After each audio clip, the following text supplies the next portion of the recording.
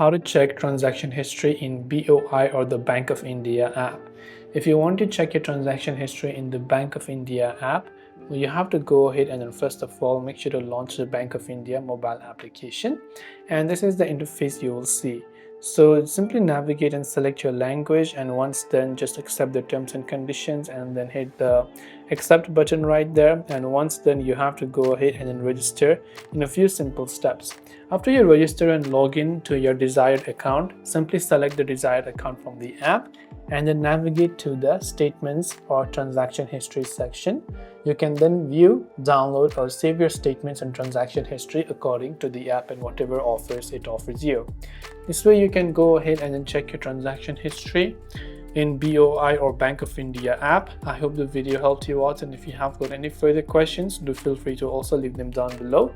Thanks for watching till the very end of this tutorial, and see you soon in our next video.